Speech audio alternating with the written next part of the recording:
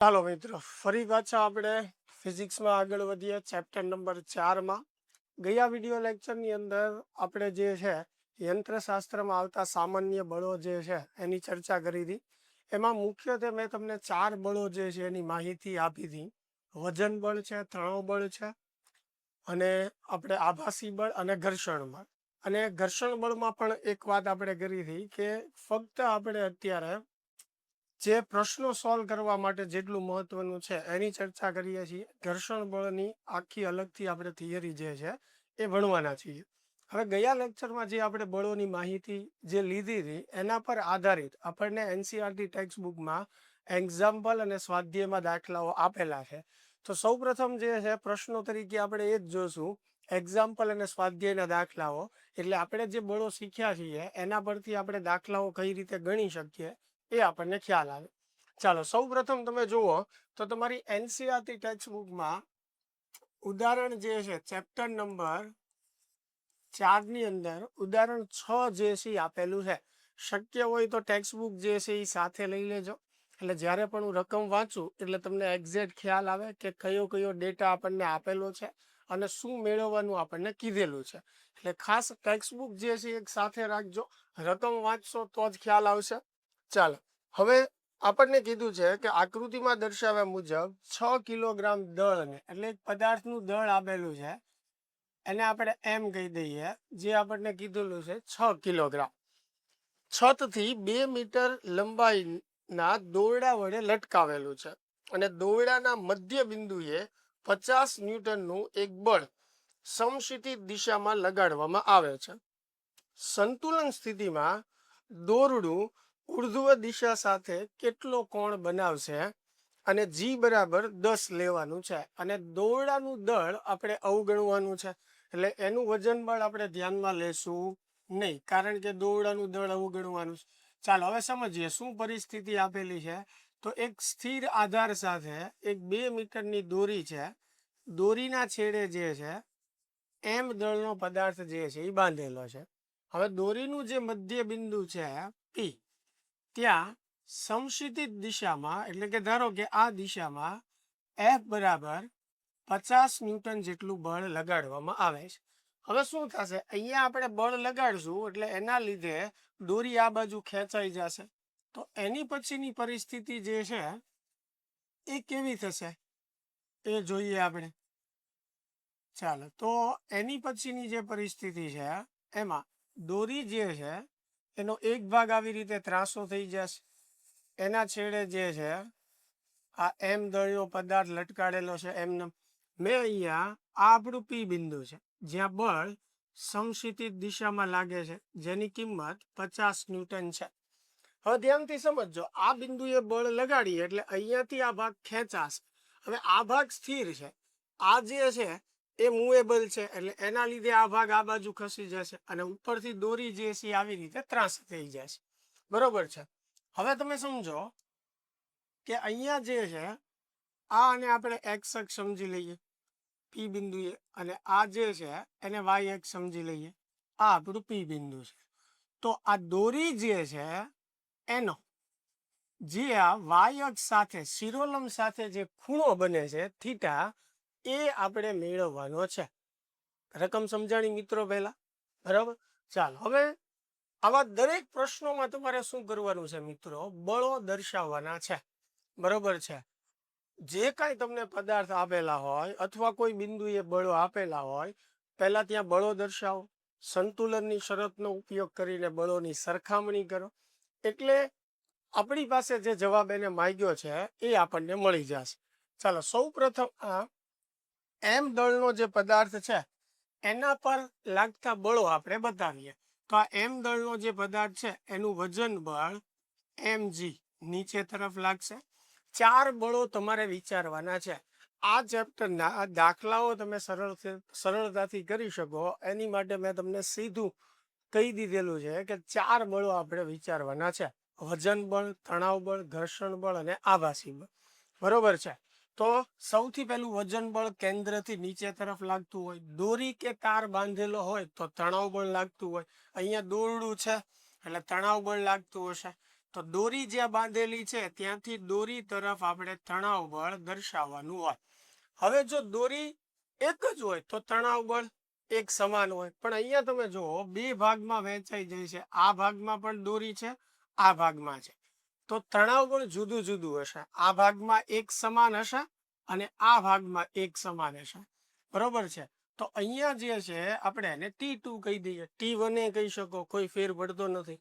હું તમારી ટેક્સ્ટબુક પ્રમાણે રાખું છું, તો આને મેં જે છે એ T2 કહી દીધું. બરોબર. ચાલો, તણાવ બળ આવી ગયું. હવે ઘર્ષણ બળ આવશે. ઘર્ષણ બળ ક્યારે આવે? જ્યારે બે પદાર્થની સપાટી સંપર્કમાં હોય. હવે આ પદાર્થ તો હવામાં લટકે છે, તો ત્યાં કોઈ ઘર્ષણ બળ નથી આવવાનું. હવે વધ્યું આભાસી બળ. આભાસી બળ ક્યારે આવે? જ્યારે તંત્ર પ્રવેગી ગતિ કરતું હોય. હવે રકમમાં આપણને કોઈ એવી હિન્ટ નથી આપી કે ગતિ કરે છે, અને સાથે સાથે કીધેલું છે કે સંતુલનમાં રહેતું હોય, એટલે આ સંતુલનમાં છે. બરોબર છે. અને સંતુલનમાં હોય ત્યારે આભાસી બળ આવશે નહીં. તો આ એમ દળનો જે પદાર્થ છે એના પર ફક્ત બે જ બળો લાગે છે, જે શિરોલંબ દિશામાં છે. તો એમ દળના પદાર્થ માટે આપણે બળોની સરખામણી જે છે એ કરીએ. બરોબર. હવે ધ્યાન રાખજો ખાસ કે જ્યારે હું આ એમ દળના પદાર્થની વાત કરું છું ત્યારે ફક્ત એના જ બળ ધ્યાનમાં લેવાના છે. એની ઉપર, એની આજુબાજુના કોઈ બીજા પદાર્થના કે બીજા બિંદુના બળો તમારે ધ્યાનમાં લેવાના નથી. કે ઘણા મિત્રો ઉતાવળ કરે, અહીંયા પણ વિચારવા લાગે સાહેબ આ F લાગે છે એનું શું? પણ હજી ત્યાં આપણે આવ્યા જ નથી. આપણે ખાલી આ પદાર્થ પર લાગતા બળોની ચર્ચા કરવાની છે, એટલે ફક્ત આને જ ધ્યાનમાં લેવાનું છે. ત્યાં સુધી આને ભૂલી જવાનું છે ઉપરની વાત. તો એક્સ દિશામાં કોઈ બળો નથી. વાય દિશાના બળો જે છે આપણે સરખાવશું. બળો કેમ સરખાવવાના એ અગાઉ આપણે શીખેલા છીએ. શું કરવાનું છે? તો કે ઉપર લાગતા બળનો સરવાળો બરાબર નીચે લાગતા બળનો સરવાળો. તો ઉપર એક જ બળ લાગે છે T2, નીચે જે છે એક જ બળ લાગે છે mg. ચાલો, તો T2 બરાબર mg મળ્યું. હવે જો તમારી પાસે આ સમીકરણમાં કિંમતો હોય તો મૂકી દો, ન હોય તો આ સમીકરણને એમનેમ રાખવાનું છે. આપણી પાસે કિંમત છે m જે છે કેટલું છે 6, g જે છે 10, તો T2 જે છે એ 60 થશે. હવે આપણને ખૂણો મેળવવાનું કીધું છે. બરોબર છે. તો T2 શું કામ મેળવવાનું એ આગળ આપણને કામ જ લાગશે. આ પ્રકારના દરેક દાખલામાં તમારે શું કરવાનું, જે કાંઈ તમને પદાર્થો આપેલા છે એની ઉપર લાગતા બળો દર્શાવો અને વારાફરતી દરેક પદાર્થ માટે બળોની સરખામણી કરો. એટલે સ્ટેપ બાય સ્ટેપ જે છે એ તમને જવાબો જે છે એ મળતા જશે. પ્રેક્ટિસ કરશું, થોડાક દાખલાઓ ગણશું, એટલે તમને અંદાજ જે છે આવી જશે. બરોબર છે. તો T2 જે છે એ 60 ન્યૂટન મળ્યું. ચાલો, આ એમ દળના પદાર્થની વાત પૂરી. હવે હું P બિંદુએ આવું. તો P બિંદુએ કેટલા બળ લાગે છે? તો P બિંદુ પાસે અહીંયા દોરી છે, તો ત્યાંથી દોરી તરફ તણાવ બળ આવશે. બરોબર. અને એ થશે T2, કેમ કે આ ભાગમાં તણાવ સરખું હશે. સેમ એવી રીતે અહીંયા પણ દોરી છે. બરોબર છે. તો આ દોરીનું તણાવ બળ જે છે એ આપણે કહી દઈએ T1. ખ્યાલ આવે છે? આમાં તણાવ બળ અલગ હશે એટલે એને મેં નામ શું આપી દીધું? T1 નામ આપી દીધું. તો T1 આવી રીતે ઉપર તરફ થશે. અહીંયા પણ દોરી બાંધેલી છે, એટલે ત્યાં પણ તમે તણાવ બળ બતાવી શકો ત્યાંથી દોરી તરફ. પણ આપણે અત્યારે વાત કરીએ છીએ ફક્ત P બિંદુ માટે, તો આને ધ્યાનમાં લેવાનું હોતું નથી. મેં અગાઉ જ કીધું કે જે બિંદુએ કે જે પદાર્થમાં આપણે બળની વાત કરીએ છીએ એને ધ્યાનમાં રાખવાનું. આજુબાજુના બળોની ચિંતા કરવાની નથી. હવે હું આના પર લાગતા બળો દર્શાવું છું અથવા અહીં લાગતા બળો દર્શાવું છું, તો આની ચિંતા કરીશ. અહીંયા ઉપર શું છે, અહીંયા નીચે શું છે એની ચિંતા કરવાની નથી. હવે આ તણાવ બળ T1 જે છે એનો વાયક સાથે કંઈક ખૂણો બને છે, એટલે બે ઘટકોમાં એને વહેંચી શકીએ. બીજા ચરણમાં છે એટલે અહીંયા આવશે T1 sin θ. આ x ઘટક થયો. વાય અક્ષ સાથે જ્યારે ખૂણો હોય ત્યારે એક્સ ઘટક જે છે એમાં સાઇન આવે. બરાબર છે. હવે ઉપરની તરફ જે છે T1 cos θ આવશે. એટલે આ T1 જે છે બે ઘટકોમાં વહેંચાઈ જશે. એટલે હવે ગણતરીમાં તમારે આ T1 ધ્યાનમાં લેવાનું નથી, એના ઘટકોના આધારે જ ગણતરી કરવાની છે, બરોબર. એક બળ F આ બાજુ લાગે છે, જે આપેલું જ છે, એક અહીંયા લાગે છે.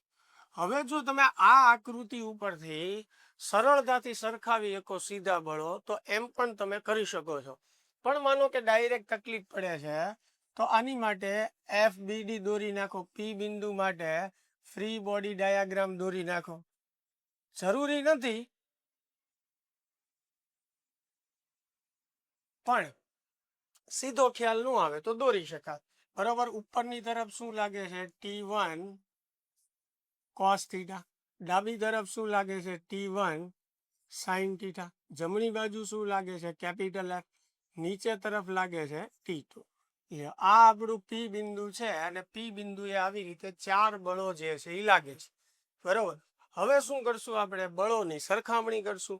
તો X દિશામાં બળો જે લાગે છે એની સરખામણી કરશું. X દિશાના બળોની સરખામણી આપણે કઈ રીતે કરીએ? ડાબી બાજુ લાગતા બળનો સરવાળો. ડાબી બાજુ એટલે આ, બરોબર. અથવા ઋણ X અક્ષ તરફ લાગતા બળોનો સરવાળો એમ પણ સમજી શકો, બરાબર. જમણી તરફ લાગતા બળોનો સરવાળો. F એટલે કેટલું છે? 50. અને સમીકરણ 1 કહી ગયો, બરોબર. F ની કિંમત મૂકી દીધી. F મને આપેલું છે. ચાલો હવે Y દિશાના બળો સરખાવું. તો Y દિશાના બળો કેમ આપણે યાદ રાખીએ છીએ? તો કે ઉપર લાગતા બળનો સરવાળો બરાબર નીચે લાગતા બળનો સરવાળો T2. તો T2 એ આપણે મેળવ્યું છે, કેટલું છે? 60 છે. ચાલો હવે સમીકરણ 1 અને 2 નો ભાગાકાર લઈ લે. T1 sin થીટા છેદમાં T1 cos થીટા 50 ના છેદમાં 60. ચાલો તો 50 ભાગ્યા 60 આપણે કરવું પડશે. કેલ્ક્યુલેટર પણ સાથે રાખજો મિત્રો, અને ગણતરી પણ કરજો, એટલે એક્ઝેક્ટ તમને આઈડિયા આવશે કે શું કિંમત આવે છે, કઈ રીતે ગણતરી. હવે 50 ભાગ્યા આપણે 60 કરીએ એટલે 0.83333 આવું આવશે. હવે અહીંયા T1 કેન્સલ થશે, તો સાઈન ના છેદમાં કોસ એટલે tan થશે, બરાબર આવ્યું 0.83333. હવે નેચરલ 10 ની અંદર આપણે જવું પડશે, એટલે કોષ્ટક તમારી પાસે હોય તો કોષ્ટકમાં નેચરલ ટેન્જન્ટ પર જાઓ, અને 0.833 પરથી થીટા જે છે એ કેટલો થાય નક્કી કરો. ચાલો હું અત્યારે અહીંયા નક્કી કરીને ડાયરેક્ટ જે છે મૂકું છું. તમારે કોષ્ટક પરથી જોવાની ખાસ જે છે ટેવ રાખવાની, એટલે પરીક્ષામાં કોઈ તકલીફ ન પડે. ચાલો તો 0.8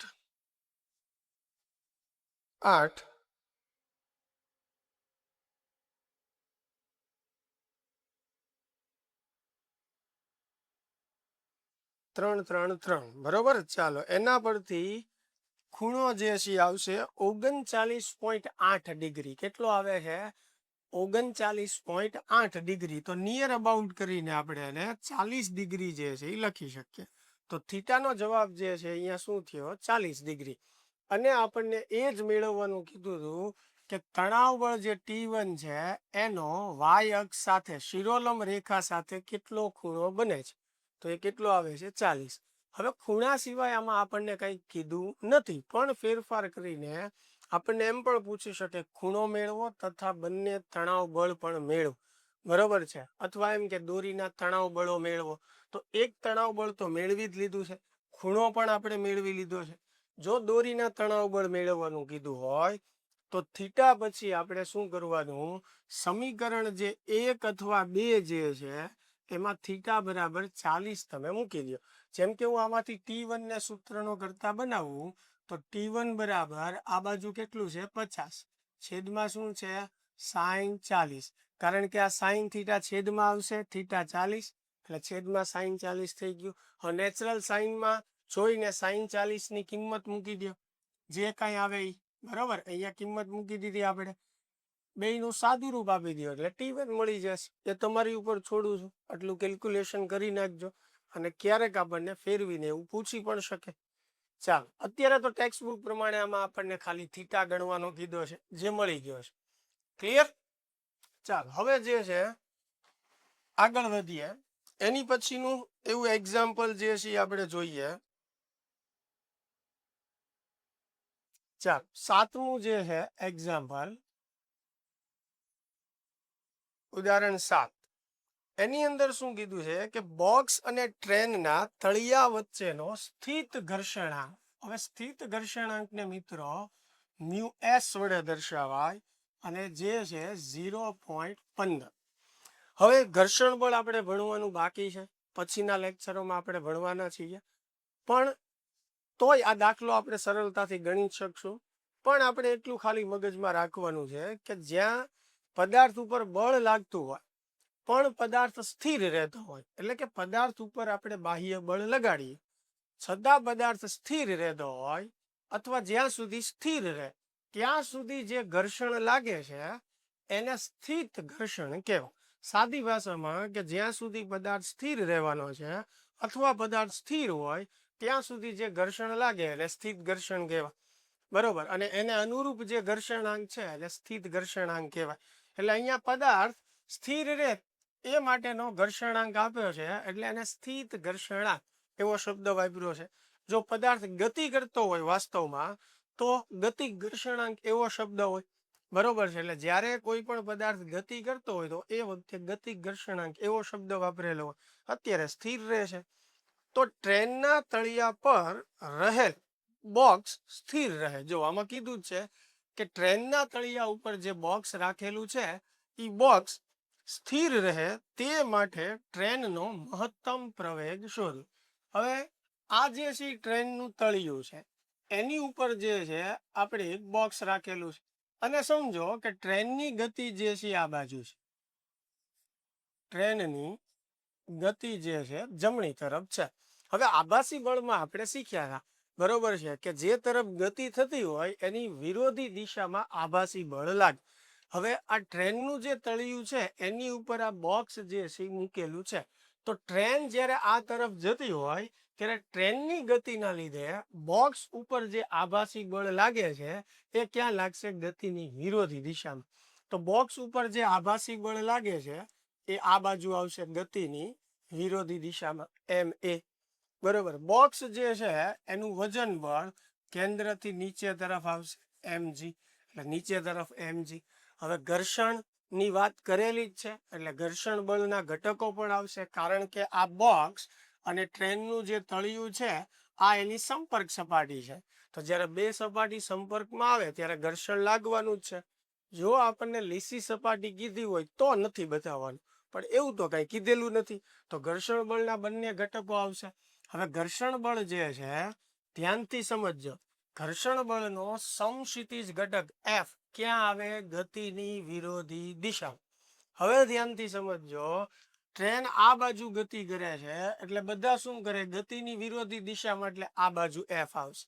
હવે ધ્યાનથી સમજજો, ટ્રેનના ઘર્ષણની આપણે વાત નથી કરતા, ટ્રેનનું તળિયું અને બોક્સની જે સપાટી વચ્ચે ઘર્ષણ લાગે છે એની વાત કરીએ છીએ. ક્યારે ઘર્ષણ લાગવાનું છે? જ્યારે બોક્સ આ દિશામાં ગતિ કરશે ત્યારે ઘર્ષણ લાગશે. એટલે બોક્સની સપાટીએ જે ઘર્ષણ લાગે છે એની વાત કરવાની છે. અને બોક્સ ઉપર આભાસી બળ આ બાજુ લાગે છે, તો બોક્સ જો ગતિ કરે તો આ બાજુ કરશે ને, તો ઘર્ષણ બળનો જે સમક્ષિતિજ ઘટક છે એ બોક્સની જે ગતિ થવાની છે એની કરતા વિરોધી દિશામાં આવશે. અહીંયા ટ્રેનની ગતિ ધ્યાનમાં લેતા નહીં, આપણે કોના ઘર્ષણની વાત કરીએ છીએ? બોક્સની સપાટી અને ટ્રેનના તળિયા વચ્ચે. તો ટ્રેન જ્યારે આ બાજુ ગતિ કરશે ત્યારે બોક્સ ઉપર આભાસી બળ એની વિરુદ્ધ દિશામાં લાગશે, એટલે બોક્સ જે છે એને આમ પાછળની બાજુ ધકેલે.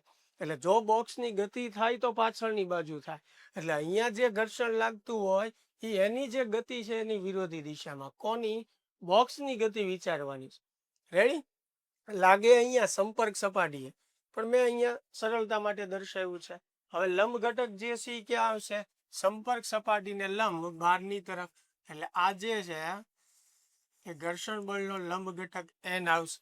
બરોબર, તો વજન બળ દર્શાવી દીધું, આભાસી બળ દર્શાવી દીધું. પછી તણાવ બળ, તો કે દોરી કે તાર એવું કાંઈ આપેલું નથી તો તણાવ બળ નહીં આવે. બરોબર છે, અને ઘર્ષણ બળના બંને ઘટકો દર્શાવી દીધા તો ઇનફ છે. હવે બીજું કાંઈ આમાં નવીન છે નહીં એટલે કોઈ બળો આવશે નહીં. હવે બળોની સરખામણી શરૂ કરો. સૌ પ્રથમ હું વાય દિશાના બળો સરખાવું. તમે કોઈ પણ જરૂરિયાત પ્રમાણે બળો પહેલા સરખાવી શકો. એક્સ દિશાના પહેલા સરખાવી શકો અથવા વાય દિશાના તે. બરોબર છે. એટલે એમાં એવું નથી રાખવાનું કે પહેલા આ દિશાના બળો સરખાવવાના. હું અહીંયા પહેલા વાય દિશાના બળો સરખાવું તો મારી પાસે એમ એટલે બોક્સનું દળ નથી આપેલું રકમમાં. જી 10 લેવાનું છે તો આને સમીકરણ 1 કહી દઈએ, કારણ કે એમ નથી તો બીજી કોઈ કિંમત આપણને મળશે નહીં. ચાલો હવે એક સૂત્ર આપણે જોયું હતું, એફ બરાબર શું થાય, મ્યુ એન થાય કે નહીં. ચાલો અથવા એને પછી મૂકશું. વાય દિશાના બળો સરખાવી દીધા. હવે એક્સ દિશાના બળો સરખાવો તો એમ એ બરાબર શું થશે, એફ.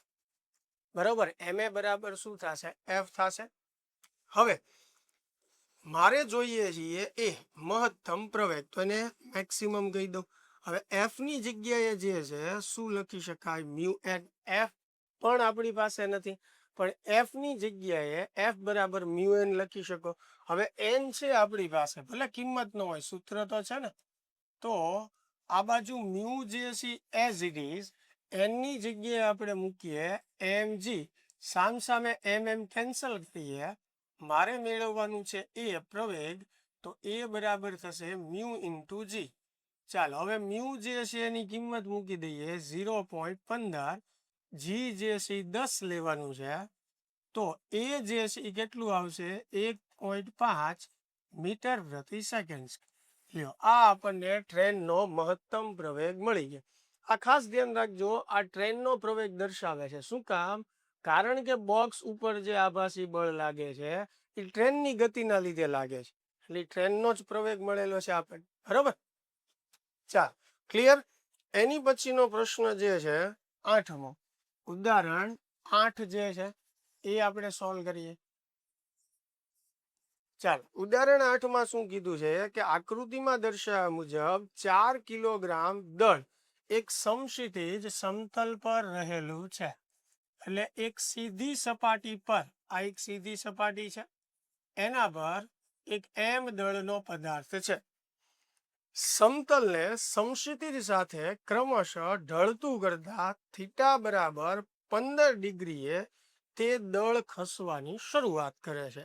થિયરીમાં પણ મેં સમજાવ્યું હતું કે જ્યારે કોઈ પદાર્થ ગતિ શરૂ કરવાની તૈયારીમાં હોય એટલે એનો અર્થ એવો થયો કે એના પર લાગતું બાહ્ય બળ અને ઘર્ષણ બળ અત્યારે સમાન છે. હવે જો બાહ્ય બળ થોડુંક વધશે ઘર્ષણ બળ કરતા, એટલે પદાર્થ ગતિ શરૂ કરી દેશે. બરોબર, તો અહીંયા આ જે સપાટી સીધી છે એને આપણે ઢાળ આપવાનો છે, આ સમક્ષિતિજ રેખા. તો આ જે સપાટી છે એને 15 ડિગ્રી સુધીનો આપણે ઢાળ આપીએ છીએ અને એની ઉપર આ એમ દળનો પદાર્થ છે.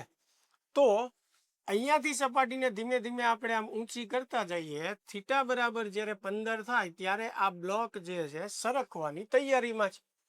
બરોબર છે. હવે આ સ્થિતિએ બ્લોક અને સપાટી વચ્ચેનો સ્થિત ઘર્ષણાંક, એટલે અહીંયા આ જે સપાટી છે એનો સ્થિત ઘર્ષણાંક મેળવવાનો છે. બરોબર છે. ચાલો બળો આપણે દર્શાવીએ તો ઢાળ ઉપર જ્યારે પદાર્થ હોય ત્યારે વજન બળના બે ઘટકો mg cos થીટા, બરોબર, અને થીટા જે છે કેટલું છે 15, એટલે અહીંયા mg cos 15 લખું અને mg sin થીટા એટલે mg sin 15, આવી રીતે થશે. બરોબર, ચાલો પેલા વજન બળના ઘટકો દર્શાવી દીધા. ઢાળ ઉપર છે દોરી કે તાર એવું કાંઈ નથી, એટલે તણાવ બળ નહીં આવે. ચાલો ઘર્ષણ બળ હા આવશે, રકમમાં મસ્તું ઘર્ષણાંક મેળવવાનું કીધું છે. બરોબર છે, તો ઘર્ષણ બળ જે છે આ બ્લોક ગતિ શરૂ નથી કરી દીધી, શરૂ કરવાની તૈયારીમાં છે. એટલે એનો અર્થ એવો થયો કે ગતિ કરશે તો ક્યાં કરશે, નીચે તરફ. તો ઘર્ષણ બળનો સમક્ષિતિજ ઘટક સંપર્ક સપાટીએ લાગે ગતિની વિરોધી દિશામાં. આની ગતિ નીચે તરફ થવાની છે, એની વિરોધી દિશામાં એટલે ઢાળમાં ઉપર તરફ લાગે ક્યાં, સંપર્ક સપાટીએ. પણ આપણે સરળતા માટે આવી રીતે દર્શાવીએ છીએ. પછી લંબ ઘટક જે છે એ સંપર્ક સપાટીને લંબ બહારની તરફ આવશે. રેડી. હજી સુધી બ્લોકે પ્રવેગી ગતિ શરૂ કરી નથી, સ્થિર જ સમજવાનો છે એને. તો સ્થિર હોય તો આભાસી બળ પણ નહીં આવે. તો ચારે ચાર બળો જે છે આપણે દર્શાવી દીધા. ચાલો હવે બળોની સરખામણી કરીએ. એક્સ દિશાના બળો પહેલા સરખાવું તો mg sin 15 બરાબર સ્મોલ એમ. બરાબર, mg sin 15 બરાબર સ્મોલ f, ડાબી બાજુ લાગતા બળનો સરવાળો બરાબર જમણી બાજુ. હવે એવી રીતે y દિશાના બળો સરખાવો, તો y દિશાના બળો ઉપર લાગતા બળનો સરવાળો બરાબર નીચે લાગતા બળનો સરવાળો. આને સમીકરણ 1 કહીએ. આને થોડુંક ફેરવીને લખું, mg cos 15 બરાબર n, સમીકરણ 2. બરાબર. ચાલો હવે બંને સમીકરણનો ગુણોત્તર લઈ લઈએ આપણે. તો mg sin 15 એના છેદમાં mg cos 15. હવે આ બાજુ જે હશે f, નીચે આવશે n. mg કેન્સલ, sin ના છેદમાં cos એટલે tan થશે, એટલે આને લખાય tan 15. f ના છેદમાં n એટલે શું થશે મ્યુ. f બરાબર શું થાય મ્યુ ઇન્ટુ n. તો મ્યુ બરાબર શું લખી શકાય f ના છેદમાં n. તો અહીંયા f ના છેદમાં n છે એની જગ્યાએ મ્યુ લખી નાખીએ. અને મ્યુ જે છે આપણો ઘર્ષણાંક છે જે આપણે મેળવવાનો છે. ચાલો તો મ્યુ બરાબર tan 15. બરાબર. હવે tan 15 જે છે એની કિંમત તમે જુઓ નેચરલ ટેન્જન્ટમાં, તો એ આવશે 0.2619. લ્યો આ જે છે એ આપણો જવાબ. હવે તમે એને ઈચ્છો તો આવી રીતે લખી શકો 0.27, આમ પણ લખી શકાય, 0.3 લખી શકાય, એમાંય કાંઈ વાંધો નથી. પણ કાંઈ નો આપણને અંદાજ આવે તો જે આવ્યો છે જવાબ રાખવો. બરોબર છે, પણ ફેરવવામાં ભૂલ પડે એવું કરવાનું નથી. એટલે આ આપણને ઘર્ષણાંક મળી ગયો. ક્લિયર થાય છે? જરૂર લાગે તો સાથે સાથે નોટ ડાઉન પણ કરતા જજો. બરોબર છે. અને જો કોઈ જગ્યાએ તકલીફ પડતી હોય તો ખાસ મને કોમેન્ટમાં પણ જણાવજો. એટલે નેક્સ્ટ વિડીયોમાં હું તમારી જે કંઈ તકલીફ છે એનું સોલ્યુશન આપી શકું. ચાલો આગળ વધીએ. હવે એની પછીનો પ્રશ્ન આપણે જોઈએ. ઉદાહરણ નંબર 9 જે છે,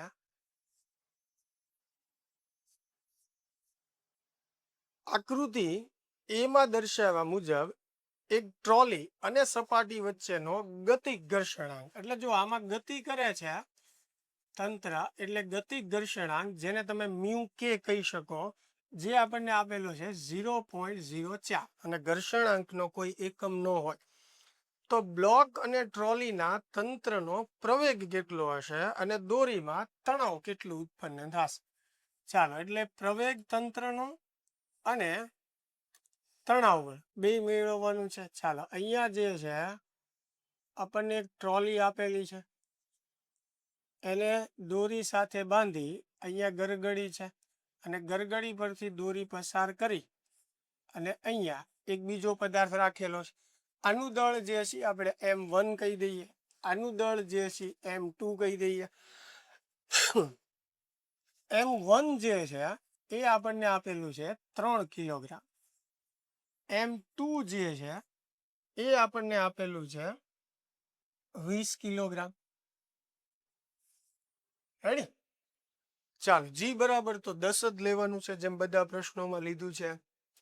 તો આ રીતની કંઈક રચના છે. એક પદાર્થ અહીંયા છે, એક અહીંયા છે. હવે આ જે પદાર્થ છે એ તો હવામાં લટકે છે. આના બળો હું દર્શાવું તો આના પર લાગતા બળો, એનું વજન બળ mg નીચે તરફ આવશે, પણ આનું દળ m1 છે તો આપણે અહીંયા m1 લખવું પડશે. એટલે m1g થશે એનું વજન બળ. અહીંયા દોરી બાંધેલી છે તો દોરી તરફ એનું તણાવ બળ આવશે t. હવે એક જ દોરી છે એટલે સમગ્ર દોરીમાં તણાવ બળ t એક જ સરખું હશે. બરાબર. ચાલો હવે આ બ્લોક હવામાં લટકે છે એટલે કોઈ ઘર્ષણ બળ નહીં આવે. હવે આ તંત્ર ગતિ કેમ કરશે? નીચેની તરફ ગતિ કરશે. અહીંયા ગરગડી જે છે ત્યાં કોઈ ઘર્ષણ ધ્યાનમાં લેવાનું નથી. ઘર્ષણ ક્યાં ધ્યાનમાં લેવાનું છે? આ સપાટી અને ટ્રોલી વચ્ચે જે થાય છે એ. બરોબર છે. એટલે હવામાં આ પદાર્થ છે એટલે અહીંયા પણ કોઈ ઘર્ષણ બળના ઘટકો આવશે નહીં. એટલે આ પદાર્થ જે છે નીચે તરફ ગતિ કરશે, આ ટ્રોલી જે છે એની ગતિ આ બાજુ થશે. રેડી? ચાલો તો આની ગતિ નીચે તરફ થાય છે તો આ જે પદાર્થ છે એનું આભાસી બળ જે છે m ઇન્ટુ એ ઉપર તરફ આવશે ગતિની વિરોધી દિશામાં, પણ એનું દળ m1 છે એટલે અહીંયા m1 ઇન્ટુ એ લખશું. ચાલો બધા બળો દર્શાવી દીધા. હવે આ બધા બળોની સરખામણી કરો. x દિશામાં કોઈ બળ નથી, વાય દિશાના બળો સીધા સરખાવો એટલે અહીંયા લખીએ M1 દળના પદાર્થ માટે, બરાબર. તો ઉપર લાગતા બળનો સરવાળો એટલે T પ્લસ M1A બરાબર નીચે લાગતા બળનો સરવાળો. તો ઉપર બે બળો લાગે છે એનો સરવાળો બરાબર નીચે જે બળ લાગે છે. ચાલો તો M1G આ પદને ઓલી બાજુ જવા દઈએ તો માઇનસ થઈ જશે એટલે માઇનસ M1. આ સમીકરણ 1. હવે આમાંથી ટી તમને નહીં મળે કારણ કે આપણી પાસે એ નથી. આમાં જો એ પણ આવે છે, M1G અને M1 ખબર છે પણ એ નથી, એટલે આ સમીકરણમાં બે પદ એવા છે કે જે આપણી પાસે નથી, એટલે આમાંથી કોઈ કિંમત નહીં મળે પણ આ સમીકરણ આપણને આગળ કામ લાગશે. એટલે આ આપણું સમીકરણ 1. હવે શું કરીએ છીએ આપણે, આ જે બીજો પદાર્થ છે એના પર લાગતા બળો દર્શાવીએ તો એનું વજન બળ જે છે M2G નીચે તરફ આવશે. પછી અહીંયા દોરી બાંધેલી છે તો ત્યાંથી દોરી તરફ એનું તણાવ બળ આવશે T. વજન બળ આવી ગયું, તણાવ બળ. હવે ઘર્ષણ બળ, અહીંયા ઘર્ષણ લાગે છે, ઘર્ષણ બળના ઘટકો F ક્યાં બતાવવાનું, ગતિની વિરોધી દિશામાં. આ ટ્રોલી આ બાજુ ગતિ કરે છે તો ગતિની વિરોધી દિશામાં સ્મોલ f. n ક્યાં આવશે, સંપર્ક સપાટીને લંબ બહારની તરફ એટલે આ n થઈ ગયું. હવે આ ટ્રોલી આ બાજુ ગતિ કરે છે તો એનું આભાસી બળ જે છે M2A બરાબર છે, એ પણ ગતિની વિરોધી દિશામાં. ચાલો તો આ જે ટ્રોલી છે એની ઉપર લાગતા બધા બળો આપણે દર્શાવી દીધા. હવે વાય દિશાના બળો પહેલા આપણે સરખાવીએ તો ઉપર લાગતા બળનો સરવાળો બરાબર નીચે લાગતા બળનો સરવાળો. હવે આમાં M2 20 છે, G જે છે એ 10 છે, તો n આપણને મળ્યું 200 ન્યૂટન. બરોબર, આ ન્યૂટનનો n છે અને આ લંબ બળનો જે ઘટક છે એની સંજ્ઞા n છે, એટલે બે n સરખા નથી, ખાસ ધ્યાન રાખજો. હવે આની ઉપરથી હું f પણ મેળવી શકું. f બરાબર શું થાય, મ્યુ ઇન્ટુ n. તો મ્યુ આપ્યું છે 0.04, n એટલે 200, તો આનો જવાબ આવશે 8 ન્યૂટન. બરોબર. ચાલો આ ટ્રોલી જે છે એના વાય દિશાના બળો મેં સરખાવ્યા એટલે મને n મળ્યું. n ઉપરથી હું f ગણી શકું એટલે મેં ગણી નાખ્યું. હજી x દિશાના બળો મારે સરખાવવાના બાકી છે. x દિશાના બળો આપણે કઈ રીતે સરખાવીએ તો કે ડાબી બાજુ લાગતા બળનો સરવાળો બરાબર. હવે ડાબી બાજુ બે બળો લાગે છે M2A અને સ્મોલ f એટલે એ બળોનો સરવાળો બરાબર જમણી બાજુ લાગતા બળનો સરવાળો. હવે જમણી બાજુ કયું બળ લાગે છે, T. બરાબર, જોઈ શકો છો તમે, અહીંયા ધ્યાન રાખો. બરાબર, હવે T જે છે એનું સમીકરણ મારી પાસે છે એટલે હું અહીંયા T જે છે એની કિંમત મૂકી દઈશ. તો T બરાબર કેટલું છે, M1G minus M1A. Clear? Clear. તો હવે આ સમીકરણમાં એક જ અજ્ઞાત પદ છે એ, તો એ મળી જશે. બધી કિંમત મૂકી દઉં. f એટલે 8, M2 20, એ આપણે મેળવવું છે. અહીંયા M1 3, G એટલે 10 માઇનસ M1 3 એ મેળવવાનું. હવે -3 એ આ બાજુ આવે, આ 20 એ એમ નામ, -3 આ બાજુ આવે તો પ્લસ થાય. અહીંયા 3 ગુણ્યા 10 એટલે 30, પછી 8 જે છે ઓલી બાજુ જશે એટલે -8 થશે. 20 વત્તા 3 એટલે 23 એ, 30 માઇનસ 8 એટલે 30 - 8 જે છે એ કેટલા થશે, 22. તો આના પરથી એ બરાબર 22 ના છેદમાં, સોરી 22 નહીં, 30, હા 22 જ થશે, બરોબર જ છે.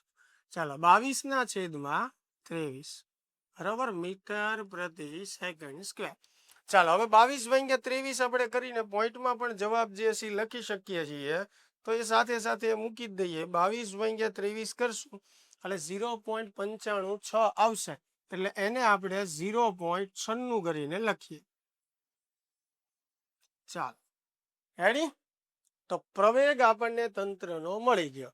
હવે આપણને તણાવ બળ પણ કીધું છે. તણાવ બળ મેળવવા માટે તમે આ સમીકરણમાં પણ કિંમત મૂકી શકો કારણ કે આ ટી નું જ સમીકરણ છે, અથવા સમીકરણ 1માં પણ કિંમત મૂકી શકો.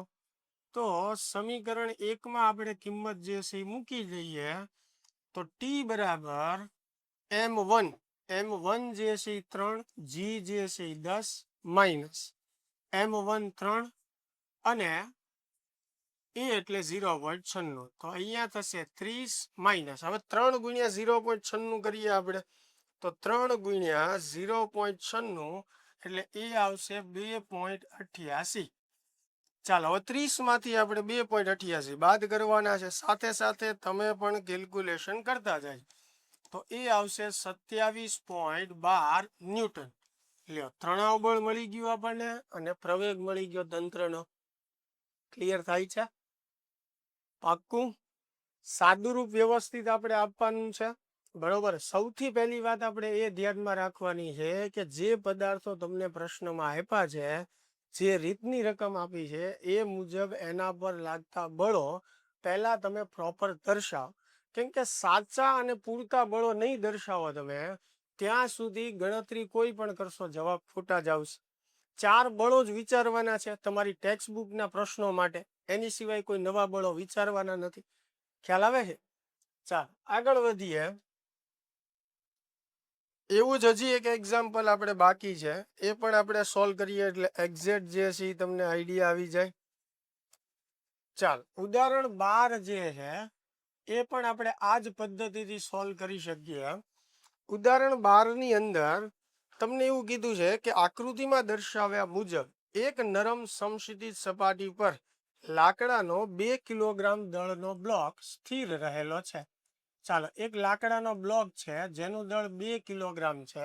આપણે એને નામ આપી દઈએ M1. જ્યારે 25 કિલોગ્રામ દળના લોખંડના એક નળાકારને બ્લોક પર મૂકવામાં આવે. હવે આ બ્લોક પર 25 કિલોગ્રામનો એક નળાકાર મૂકવામાં આવે ત્યારે તળિયું સતત નમતું જાય છે. એટલે એક સપાટી ઉપર બ્લોક રહેલો છે. હવે બ્લોક ઉપર નળાકાર મૂકો એટલે તળિયું નીચે તરફ જતું જાય છે, બરોબર છે. અને બ્લોક અને નળાકાર બંને એક સાથે 0.1 મીટર પ્રતિ સેકન્ડના 0.1 મીટર પ્રતિ સેકન્ડ સ્ક્વેરના પ્રવેગથી નીચે તરફ ઉતરે છે. એટલે કે નીચે તરફ ગતિ કરે છે અને એનો પ્રવેગ આપેલો છે. તો બ્લોક વડે તળિયા પર તળિયું નમતા પહેલા અને પછી કેટલું ક્રિયાબળ લાગશે. હવે ધ્યાનથી સમજો, પહેલા અને પછી એટલે પહેલા એટલે એવું કહેવા માંગે છે કે જ્યારે નળાકાર આપણે ન મૂક્યો હોય, આ તળિયું છે, સપાટી છે, એની ઉપર આપણે બ્લોક મૂકેલો છે જેનું દળ M1 છે. તો પહેલાનો અર્થ થયો નળાકાર મૂક્યા પહેલા, એટલે કે આપણે અત્યારે આની ઉપર નળાકાર મૂકતા નથી. તો તળિયા પર જે છે એ ક્રિયાબળ જે છે એ કેટલું લાગશે, બરોબર. હવે ધ્યાનથી સમજો, અહીંયા આ જે બ્લોક છે જ્યારે નળાકાર આપણે નથી મૂકતા ત્યારે એ સ્થિર જ છે. તો જ્યારે એ સ્થિર હોય, અત્યારે આ તંત્ર કેવું છે? સ્થિર. તો કયા બળ લાગશે? તો કે એનું વજન બળ જે છે M1G નીચે તરફ લાગશે. દોરી નથી એટલે તણાવ બળ નહીં આવે. બ્લોક સ્થિર છે, બરોબર, આગળ પાછળ આમ ગતિ કરતો નથી એટલે ઘર્ષણ બળના ઘટકો પણ નહીં આવે, બરોબર છે. હવે આભાસી બળ, તો સ્થિર હોય ત્યારે આભાસી બળ પણ ન આવે. તો આની સિવાય બીજું કોઈ બળ નથી. તો તળિયા પર જે બળ લાગે છે તમે એને પ્રતિક્રિયા બળ ગણો કે ક્રિયાબળ, બરોબર, બંને વસ્તુ સરખી જ છે. ધારો કે બ્લોક વડે તળિયા પર એટલું ક્રિયાબળ લાગ્યું, આ ક્રિયાબળ છે. તો જેટલું ક્રિયાબળ લાગે સામું એટલું શું લાગે? પ્રતિક્રિયા બળ લાગે, બરોબર. એટલે બ્લોક જે છે એ તળિયા ઉપર આટલું વજન બળ લગાડે છે. આ વજન બળ એ તળિયા પર લાગતું ક્રિયાબળ છે, બરોબર છે. તો તળિયા વડે બ્લોક પર શું લાગશે? પ્રતિક્રિયા બળ. કઈ દિશામાં લાગે? તો કે વિરોધી દિશામાં લાગે. એટલે નીચે તરફ ક્રિયાબળ ગણીએ તો ઉપર તરફ પ્રતિક્રિયા બળ, જેને આપણે R કહી દઈએ, રિએક્શન, તો એની દિશા ઉપર તરફ આવશે. તો હવે સીધું છે, R કોના જેટલું થાય? તો કે M1G જેટલું. એટલે કે પ્રતિક્રિયા બળ ક્રિયાબળ જેટલું જ હોય અને ક્રિયાબળ કેટલું છે? M1G જેટલું. M1 કેટલું છે? તો કે 2 અને G લેવાનું છે આપણે 10. તો અહીંયા આ થશે 20 ન્યૂટન. હવે આમાં મિત્રો કન્ફ્યુઝ ન થતા કે સાહેબ આપણને તો ક્રિયાબળ કીધું છે, બરોબર છે. હવે સમજો ન્યૂટનના ત્રીજા નિયમમાં આપણે ભણ્યા કે બે માંથી એકને આપણે ક્રિયાબળ કહી શકીએ તો એની સાપેક્ષે બીજાને પ્રતિક્રિયાબળ કહી શકીએ. હું અહીંયા એવું કહું કે બ્લોક વડે તળિયા પર ક્રિયાબળ લાગે છે, તો હવે મારે શબ્દ એમ વાપરવો પડે કે તળિયા વડે બ્લોક પર પ્રતિક્રિયાબળ લાગે છે. અથવા આપણે એમ કહીએ કે ભાઈ બ્લોક વડે તળિયા પર પ્રતિક્રિયાબળ લાગે છે, તો તળિયા વડે બ્લોક ઉપર ક્રિયાબળ લાગે છે એમ બોલવું પડે. બેયની કિંમત તો સરખી જ હશે, એટલે શબ્દથી કોઈ ફેર પડતો નથી. બે માંથી એકને ક્રિયાબળ, એની સાપેક્ષે બીજાને પ્રતિક્રિયાબળ કહેવાય. ક્લિયર? ચાલ, હવે જે છે બીજો કેસ કે આ તળિયું છે, એની ઉપર આ બ્લોક મૂકેલો છે અને બ્લોક ઉપર આપણે એક નળાકાર મૂકી દેવાનો છે. નળાકારનું દળ વધારે હોવાથી આ તળિયું સતત નીચે નમતું જાય છે અને પ્રવેગી ગતિ કરે છે, એટલે પ્રવેગ આપ્યો છે. અહીંયા ખાસ ધ્યાન રાખજો, આ બ્લોક આવી રીતે સપાટીની સાપેક્ષે આગળ પાછળ ગતિ કરતો નથી. આ આખું તંત્ર નીચે તરફ આવે છે, એટલે આખા તંત્રની ગતિ જે છે એ નીચેની તરફ થાય છે, બરોબર છે. હવે નીચે તરફ અથવા તો આ આખા તંત્ર વડે તળિયા પર કેટલું બળ લાગશે તો બધા બળો આપણે બતાવીએ. આ નળાકાર જે છે એનું દળ આપણે m2 કીધેલું છે, તો બ્લોક જે છે એનું વજન બળ નીચે તરફ લાગતું હોય, પછી નળાકાર જે છે એનું વજન બળ નીચે તરફ લાગતું હોય m2g. એટલે હવે બે વજન બળ નીચે તરફ લાગશે. અથવા તમે એમ કહી શકો કે બ્લોક અને નળાકારના તંત્રનું ટોટલ, જેમ કે m1 plus m2 into g, આમ પણ લખી શકો આને, બરોબર છે. અલગ અલગ ન બતાવવું હોય તો, કારણ કે હવે આ એક તંત્ર છે તો એનું ટોટલ દળ કેટલું થાય m1 પ્લસ m2, એને ગુણ્યા g કરો એટલે આખાનું વજન બળ મળે. એવી રીતે સમજી શકાય. ચાલો, હવે તંત્ર ગતિ કરે છે. ક્યાં ગતિ કરે છે? નીચેની તરફ ગતિ કરે છે, એટલે આભાસી બળે આવશે. તો બંનેના આભાસી બળ જે છે બ્લોક 1 નો ઉપર તરફ આવશે, એવી રીતે નળાકારનું પણ ઉપર તરફ આવશે. m1 એ ઉપર તરફ, m2 એ, કેમ કે બંને નીચે તરફ ગતિ કરે, ગતિની વિરોધી દિશામાં આભાસી બળ આવશે. ચાલો, હવે ધ્યાનથી સમજો.